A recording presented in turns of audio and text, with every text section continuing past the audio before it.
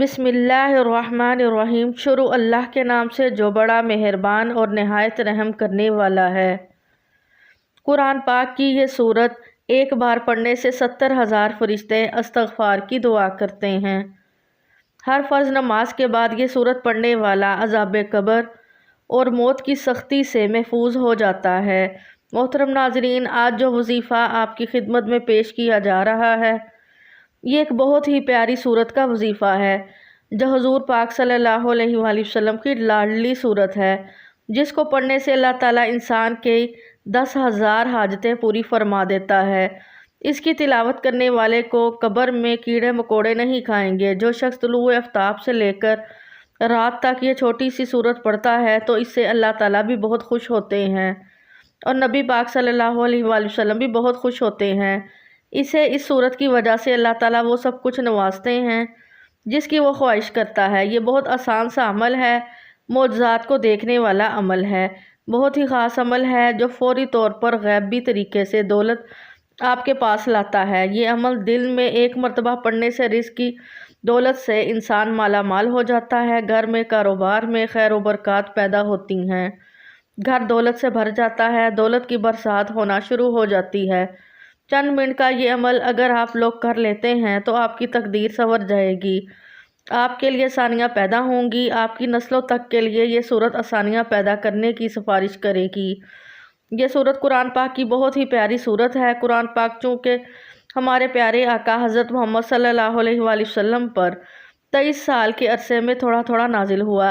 اس میں انسانیت کی فلاح اور کامیابی کا ہر راز پوشیدہ ہے، لیکن ہمارا معاشرہ آج کل دین سے دوری کے سبب ان رازوں کو پہچان ہونے سے غافل ہے۔ یہ اللہ تعالیٰ کی بہت ہی پیاری کتاب ہے جس میں تمام انسانیت کے لیے ہدایت موجود ہے، لیکن اس کتاب سے ہدایت اور فلاح وہی لوگ پا سکتے ہیں جو ہدایت کے راستے پر چلتے ہیں اور جو دین سے محبت کرتے ہیں۔ یہ کتاب بندوں کو خالق سے ملا دیتی ہے، گمراہوں کو صراط المستقیم کا بتاتی ہے، اجڑے دلوں میں ایمان اور یقین کے سب سے اگاتی ہے، قلب و جگر کو تقویت و طہارت کے نور سے منور کرتی ہے، مایوسی میں ڈوبے ہوئی زندگیوں کو آج کی شمع سے جلاتی ہے، روحانی جسمانی امراض کا صفایا کرتی ہے، پریشانیوں کو دور کرتی ہے۔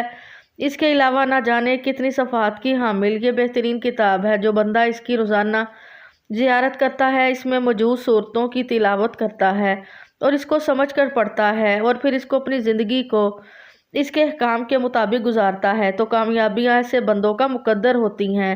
ان کے دل نور سے منور ہوتے ہیں، ان کے چہرے روز محشر میں روشن اور عیاں رہیں گے، ان کے مرتبے بلند کر دیے جاتے ہیں اور ان کی بخشش کر دی جاتی ہے۔ اس کتاب میں موجود صورتوں کا ذکر و اذکار کرنے اور اپنے عزیز دوست، رشتہ دار، ماں باپ جو اس دنیا سے کوچ کر گئے ہیں، ان کی قبروں پر ان کی صورتوں کی تلاوت کرنے سے ان کی روحوں کو بخش دیا جاتا ہے، ان کے درجات بلند کر دیے جاتے ہیں اور ان کی قبروں پر ڈھیروں رحمتیں نازل کر دی جاتی ہیں۔ جو انسان ذہنی طور پر کمزور اور پریشان ہے، مایوسی میں ڈوبے ہوئے ہیں، تو ایسے لوگوں کے لیے یہ کتاب مکمل شفا ہے۔ اس سے ان کی جسمانی، ذہنی اور روحانی تمام پریشانیاں دور ہو جاتی ہیں، کیونکہ اسی کتاب میں اللہ تعالیٰ نے ارشاد فرمایا ہے اور دلوں کا سکون تو صرف اللہ کے ذکر میں ہے۔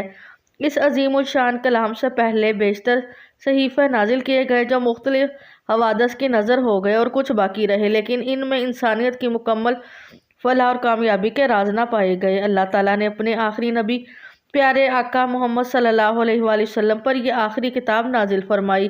اس میں تمام انسانیت کے لیے رحمت اور ہر قسم کی کامیابی، ہر قسم کا راز زندگی گزارنے کا طریقہ، حضور پاک صلی اللہ علیہ وسلم کی سیرت، تمام چیزیں موجود ہیں۔ یہ کلام جس طرح حضور پاک صلی اللہ علیہ وسلم پر نازل کیا گیا، آج بھی اسی اصل شکل و صورت میں موجود ہے۔ یہ اس کلام پاک کا امتیازی وصف ہے کہ اس کی حفاظت کی ذمہ داری خود اللہ نے لے رکھی ہے اور اس کی حفاظت کے لیے ایسا وسیع اور عالمگیر نظام قائم فرمایا ہے جس کے نتیجے میں اس کے اندر ایک حرف یا ایک نقطے کی بھی رد و بدل نہ ہو سکی اور نہ روز محشر تک ہوگی۔ اس کی صداقت و ہدایت زور روشن کی طرح عیاں ہے۔ اس کی حلاوت و شیرینی اور اثر آفرینی ایسی ہے کہ لوگ دیوانہ وار اس کی طرف کھینچے چلے آتے ہیں۔ دنیا میں سب سے زیادہ پڑھے جانے کا اعزاز بھی قرآن کو ہی حاصل ہے۔ بے شک یہ کتاب تمام کتابوں سے افضل ہے۔ جیسا کہ ایک روایت میں ہے۔ ترجمہ: اللہ کے کلام کی فضیلت تمام کلاموں پر ایسی ہے جیسے اللہ کا مقام تمام مخلوقات کے مقابلے میں۔ بھلا اللہ کے مقابلے میں اس کی مخلوقات کی کیا حیثیت ہے؟ ٹھیک اسی طرح قرآن کے آگے دوسری کتابوں کی کیا حیثیت ہے؟ حضور پاک صلی اللہ علیہ وآلہ وسلم نے ارشاد فرمایا، بے شک دلوں کو زنگ لگ جاتا ہے۔ عرض کی گئی، یا رسول اللہ صلی اللہ علیہ وآلہ وسلم، ہم اس کی صفائی کس چیز سے ہوگی؟ ارشاد فرمایا، تلاوت قرآن اور موت کو بکثرت یاد کرنے سے۔ قرآن پاک وہ واحد کتاب ہے جس کا پڑھنا، سننا، دیکھنا اور چھونا سب عبادت اور ثواب کا کام ہے۔ قرآن پاک روشنی ہے، نور ہے، سامان نجات ہے، ذکر حکیم ہے اور صراط مستقیم ہے۔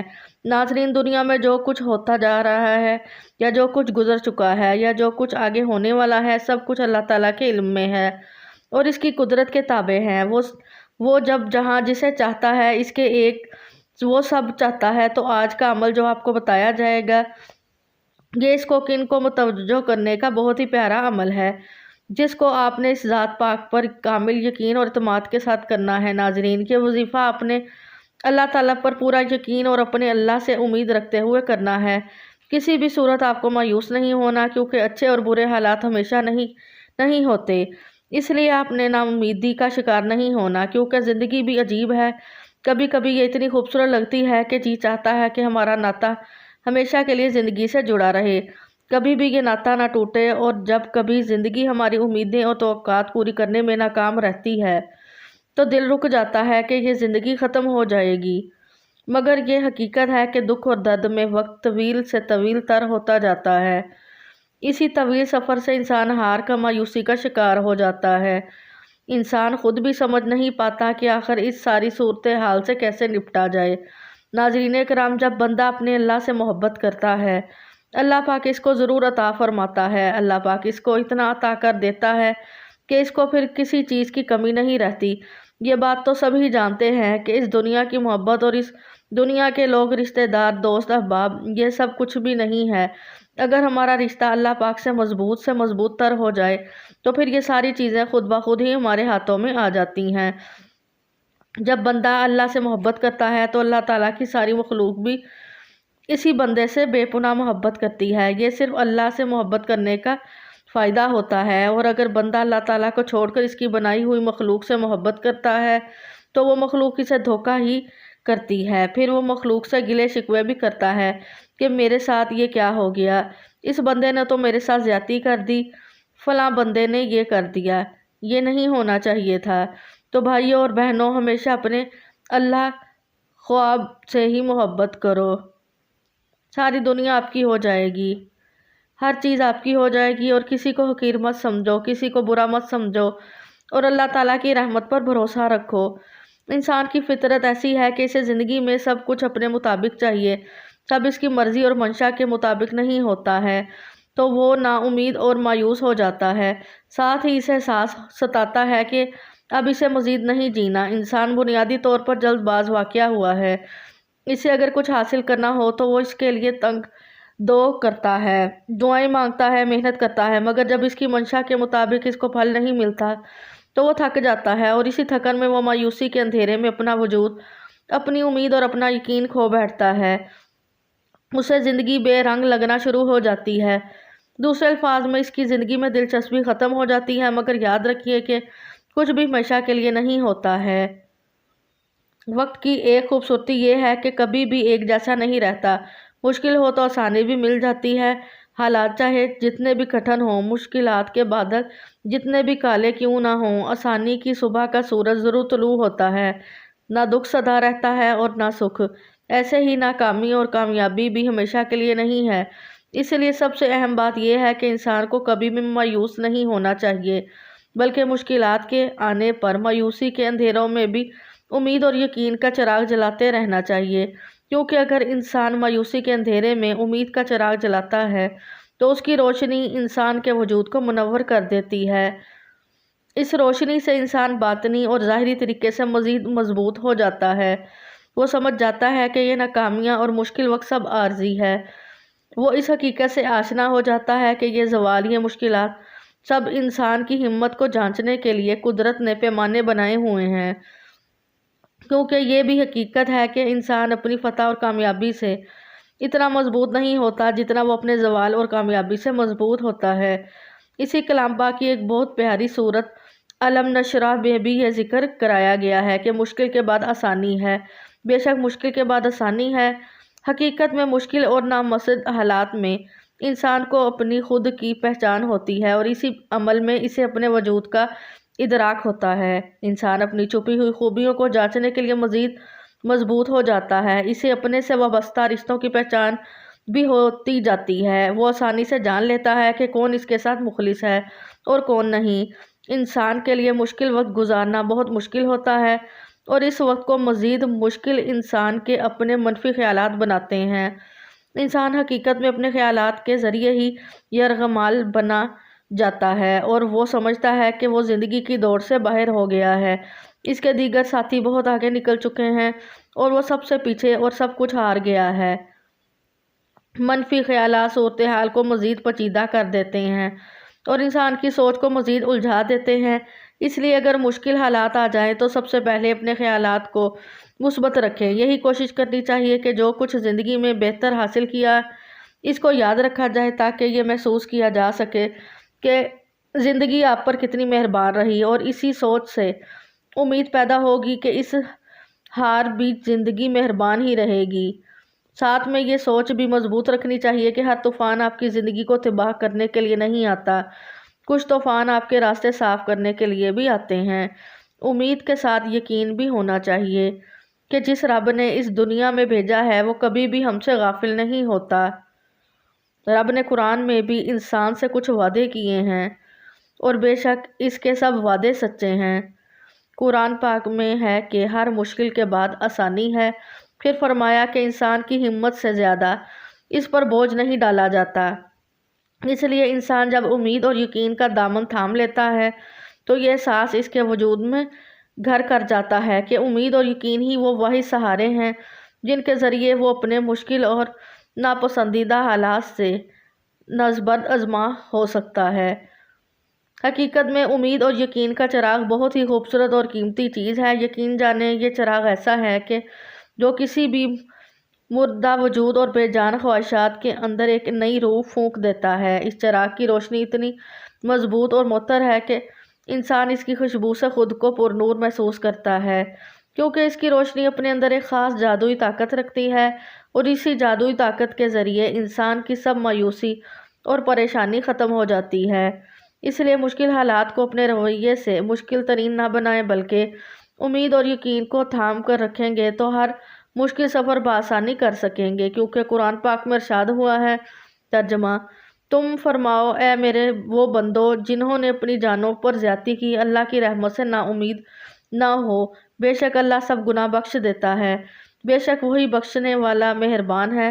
اس میں اللہ تعالیٰ نے اپنے بندوں پر اپنی کامل رحمت، فضل اور احسان کا بیان فرمایا ہے۔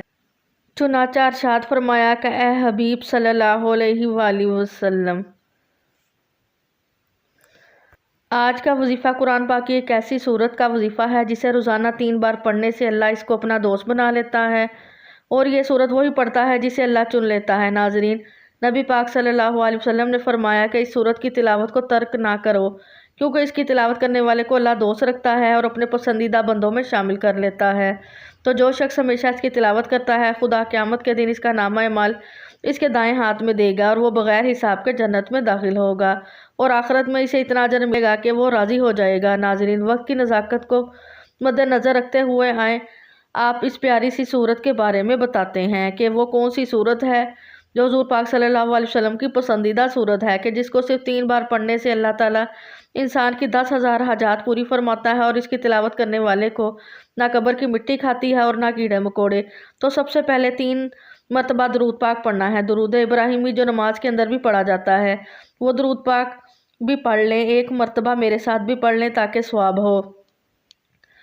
اللہم صلی علی سیدنا محمد وعلی آل محمد کما صلیت علی ابراہیم وعلی آل ابراہیم انک حمید مجید۔